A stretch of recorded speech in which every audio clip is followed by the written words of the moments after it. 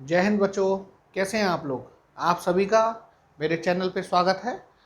आइए, परावर्तन वाले पार्ट में हम लोग काफ़ी कुछ पढ़ चुके हैं, तो अब इसी के विषय में हम लोग पढ़ेंगे कि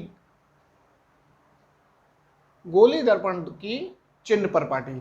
यहाँ इस चिन्ह परपाटी से मतलब है, जब हम गोली दर्पण के सूत्र प्रयोग में लाएंगे तो वहां पर हम दूरियों को धनात्मक रखेंगे या ऋणात्मक, मतलब हम जो भी दूरियां होंगी उनको पॉजिटिव रखेंगे या फिर नेगेटिव। अब आप यहां समझें, इस चिन्ह परपाटी को समझने से पहले अब कुछ चीजें समझें। ये हमारा गोली दर्पण, अवतल दर्पण, ध्रुव, फोकस, वक्रता केंद्र, मुख्य अक्ष। अगर हम यहां पर कोई भी दूरी को नापेंगे, किसी भी दूरी का मापन करेंगे, तो हमेशा दर्पण के ध्रुव से करते हैं। अब देखिए, समझिए, दर्पण से फोकस की दूरी, फोकस दूरी, ध्रुव से वक्रता केंद्र की दूरी, वक्रता त्रिज्या। जहां आप वस्तु रखेंगे, जहां आपने वस्तु रखी, तो दर्पण के ध्रुव से वस्तु तक की दूरी, वस्तु की दूरी। जहां आपकी प्रतिबिंब बनेगा, वहां पे दर्पण के ध्रुव से प्रतिबिंब तक की दूरी, प्रतिबिंब की दूरी। तो इस तरह से जितनी भी दूरियां यहां पर मिलेंगी, उन सब के लिए हम पॉजिटिव साइन इस्तेमाल करेंगे या नेगेटिव साइन इस्तेमाल करेंगे, उसके बारे में हम लोग अभी सीखेंगे। तो कुल मिला के दर्पण के लिए आपके पास 4 ही दूरियां होंगी: फोकस दूरी, वक्रता त्रिज्या, वस्तु की दूरी और प्रतिबिंब की दूरी। आइए देखें, बात करते हैं। तो देखिए, दर्पण के लिए जो प्रकाश किरण है वो दर्पण के सामने से आ सकती है, पीछे से तो आ नहीं सकती है।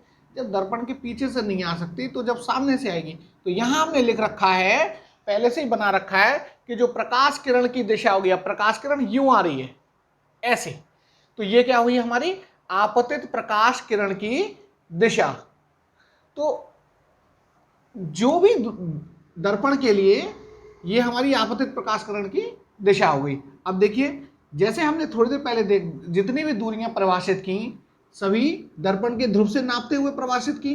तो इसीलिए जो चिन्ह परपाटी का पहला नियम है कि सारी दूरियां या सभी दूरियां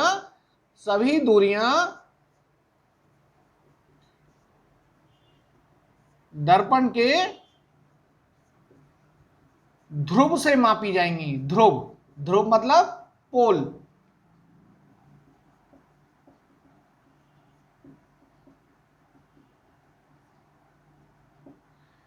पहला बिंदु समझ में आया सबको, कि जितनी भी दूरियां यहां नापेंगे वो सब कहां से नापेंगे? दर्पण के ध्रुव से। दूसरा बिंदु समझें, ये आपतित प्रकाश किरण की दिशा हो गई। दर्पण के ध्रुव से जितनी दूरियां आपतित प्रकाश किरण की दिशा, मतलब यूं, दर्पण के ध्रुव से जितनी दूरियां आपतित प्रकाश किरण की दिशा में नापेंगे वो सभी धनात्मक होंगे। तो यहां हम लिखते हैं कि आपतित प्रकाश किरण की दिशा में मापी गई दूरियां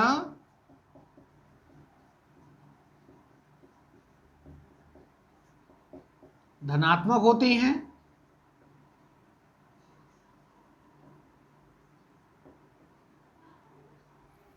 और आपतित किरण की दिशा के विरुद्ध मापी गई दूरियां ऋणात्मक होंगी। विरुद्ध का मतलब हो गया, दर्पण के ध्रुव से आप ऐसे माप रहे हो, अब प्रकाश किरण यूं जा रही है और आप यूं माप रहे हो, तो वो दूरियां कैसे लिखी जाएंगी हमारी? ऋणात्मक। आइए लिख लेते हैं, आपतित किरण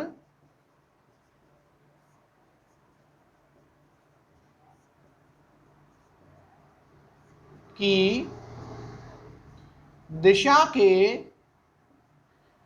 विरुद्ध मापी गई दूरियां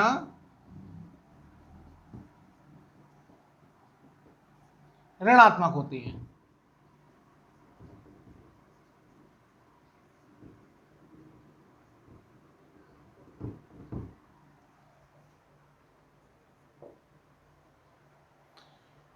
ये हो गई हमारे पास 3 चिन्ह परपाटी और 3 नियम। एक चौथी बात करते हैं, ये हमारा मुख्य अक्ष। अगर हम वस्तु रखेंगे तो इस मुख्य अक्ष के ऊपर रखेंगे, और जो प्रतिबिंब बनेगा वो मुख्य अक्ष के ऊपर की तरफ बन सकता है, मुख्य अक्ष के नीचे की ओर बन सकता है। तो इस मुख्य अक्ष से ऊपर की तरफ जो दूरियां नापी जाएंगी वो सभी धनात्मक होंगी, और जो नीचे की तरफ नापेंगे वो सभी ऋणात्मक होंगी। आइए लिख लेते हैं, मुख्य अक्ष के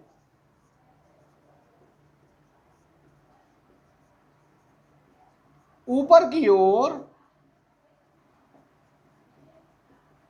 मापी गई दूरियां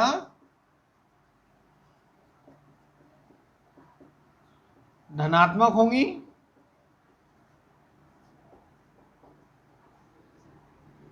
एवं मुख्य अक्ष से नीचे की ओर मापी गई दूरियां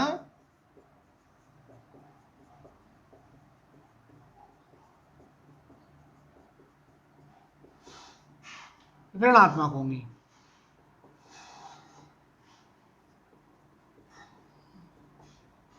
आइए इन सभी नियमों को हम लोग चित्र में भी देखते हैं। जितनी दूरियां नापी जाएंगी वो सभी दर्पण के ध्रुव से नापी जाएंगी। तो ध्रुव से आपतित प्रकाश किरण की दिशा में, आपतित प्रकाश किरण की दिशा में यूं, ये सभी हमारी धनात्मक, और आपतित प्रकाश किरण की दिशा के विरुद्ध, दर्पण के ध्रुव से आपतित प्रकाश किरण की दिशा के विरुद्ध सभी दूरियां ऋणात्मक। मुख्य अक्ष से ऊपर की तरफ मापी गई दूरियां धनात्मक, और मुख्य अक्ष से नीचे की ओर मापी गई दूरियां सभी ऋणात्मक। तो इस तरह से ये है हमारे पास चिन्ह परपाटी, और इन्हीं का प्रयोग करके आइए हम बात करते हैं चिन्ह परपाटी के अनुप्रयोग। मतलब हम जो चिन्ह परपाटी अभी थोड़ी देर पहले पढ़ी है, हम उसका प्रयोग दर्पण पर किस तरह से करेंगे। आइए देखें, ये मैंने अवतल दर्पण बना रखा है और ये मैंने उत्तल दर्पण, दोनों के लिए ही पहले से ही ये आपतित किरण की दिशा बना रखी है, ये दोनों के लिए। अब आइए पहले बात करते हैं अवतल दर्पण के लिए। ये नंबर 1 और ये नंबर 2। अब समझिए, आपतित ये जो अवतल दर्पण है, अवतल दर्पण 5 परिस्थितियों में वास्तविक प्रतिबिंब बनाता है और एक परिस्थिति में आभासी प्रतिबिंब बनाता है। इसके अलावा और चीज देखें, सबसे पहले हम देखें दर्पण के ध्रुव से फोकस की दूरी, जिसे हम कहते हैं फोकस दूरी। तो अब दर्पण के ध्रुव से अब फोकस दूरी, फोकस दर्पण के सामने है, तो इसीलिए इसकी जो फोकस दूरी होगी वो ऋणात्मक। तो पहला अनुप्रयोग क्या हुआ कि अवतल दर्पण के लिए फोकस दूरी, एफ मतलब फोकस दूरी, फोकस दूरी कैसी होगी, ऋणात्मक। दूसरी बात करें, दर्पण के ध्रुव से वक्रता केंद्र की दूरी, अगर हम इसे देखें, इसे हम आर से रिप्रेजेंट करते हैं, तो ये कैसी होगी, ये भी देखिए ध्रुव से आपतित प्रकाश किरण की दिशा के विरुद्ध नापी जा रही है।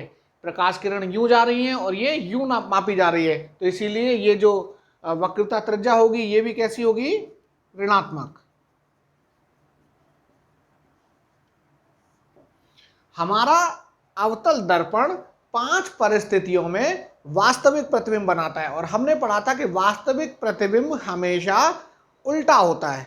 तो सबसे पहले तो हम ये देखें, वास्तविक प्रतिबिंब अगर बनेगा तो उसके लिए वस्तु की दूरी हम धनात्मक लेंगे या ऋणात्मक। आइए इसकी बात करते हैं। वास्तविक प्रतिबिंब के लिए हम अपनी वस्तु को दर्पण के फोकस और अनंत के बीच में रखते हैं। अब दर्पण का ध्रुव और अनंत अवतल दर्पण के सामने होगा, तो जब दूरियां नापेंगे, हम दर्पण के ध्रुव से वस्तु तक की दूरी नापेंगे, तो वो आपतित किरण की दिशा के विरुद्ध मापेंगे। इसीलिए जो वस्तु की दूरी होगी, जिसे हम यू कहते हैं, हमेशा ऋणात्मक होगी। वस्तु की दूरी ऋणात्मक।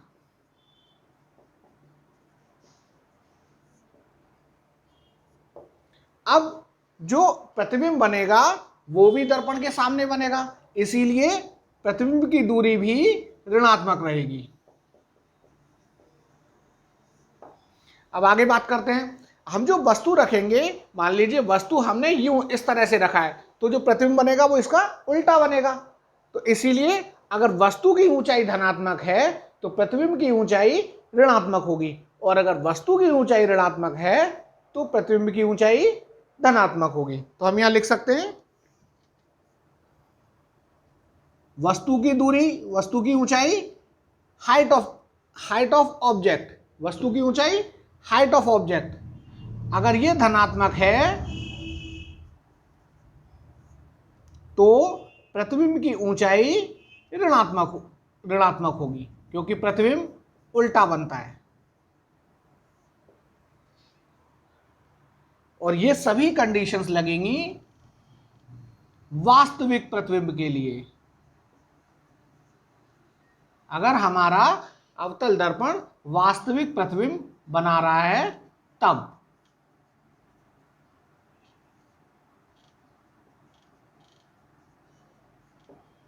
अगर हमारा दर्पण आभासी प्रतिबिंब बना रहा है तो उस परिस्थिति में हम इसे यहां से नहीं, हम यहां से कहें,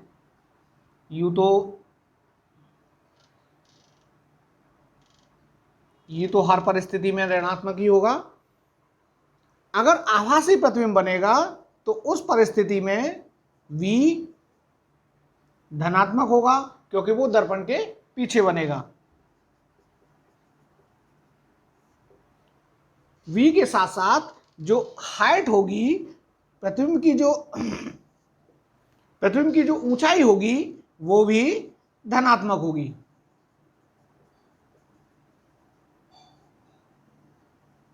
ये हम आभासी प्रतिबिंब के लिए।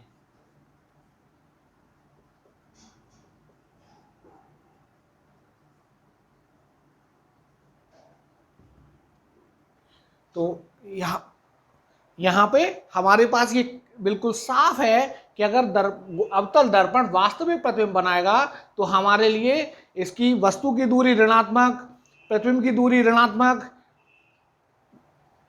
वस्तु की ऊंचाई धनात्मक, प्रतिबिंब की ऊंचाई ऋणात्मक। लेकिन अगर ये आभासी प्रतिबिंब बनाएगा तो उस परिस्थिति में वस्तु की दूरी तो ऋणात्मक रहेगी, परंतु प्रतिबिंब की जो दूरी आएगी वो धनात्मक होगी। ये तो बात हुई हमारी अवतल दर्पण के बारे में। अब जरा हम उत्तल दर्पण की बात करें। उत्तल दर्पण के लिए जो फोकस और वक्रता केंद्र दोनों ही दर्पण के पीछे हैं, तो इसीलिए जब हम इनकी दूरियां नापेंगे, उत्तल दर्पण के लिए जब दूरियां नापेंगे तो हम प्रकाश किरण की दिशा में नापेंगे। देखें ऐसे, दर्पण का ध्रुव से फोकस की दूरी धनात्मक, इसे हम लिख लेते हैं फोकस दूरी धनात्मक, वक्रता त्रिज्या की दूरी, वक्रता त्रिज्या, वक्रता केंद्र की दूरी धनात्मक। अब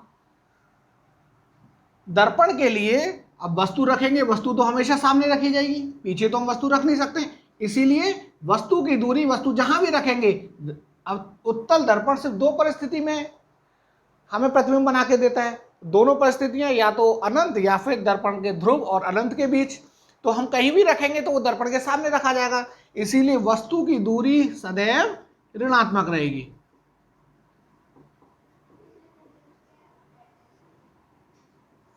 अब उत्तल दर्पण हमेशा आभासी प्रतिबिंब बनाता है, तो आभासी प्रतिबिंब तो दर्पण के पीछे बनेगा, इसीलिए प्रतिबिंब की दूरी हमेशा धनात्मक रहेगी।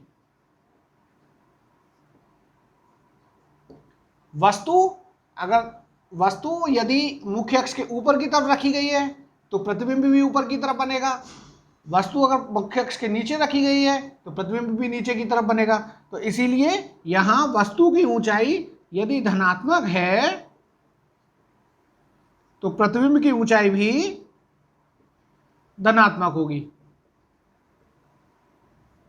तो इस तरह हमने सीखा कि ये हमारे पास चिन्ह प्रॉपर्टी के अनुप्रयोग हैं। इनके प्रयोग से हम किसी भी न्यूमेरिकल को आसानी से सॉल्व कर सकते हैं। अगर बस हमें छोटी छोटी चीजों का याद रखेंगे, आसानी से याद रख सकते हैं। वीडियो आपको कैसा लगा जरूर बताएं।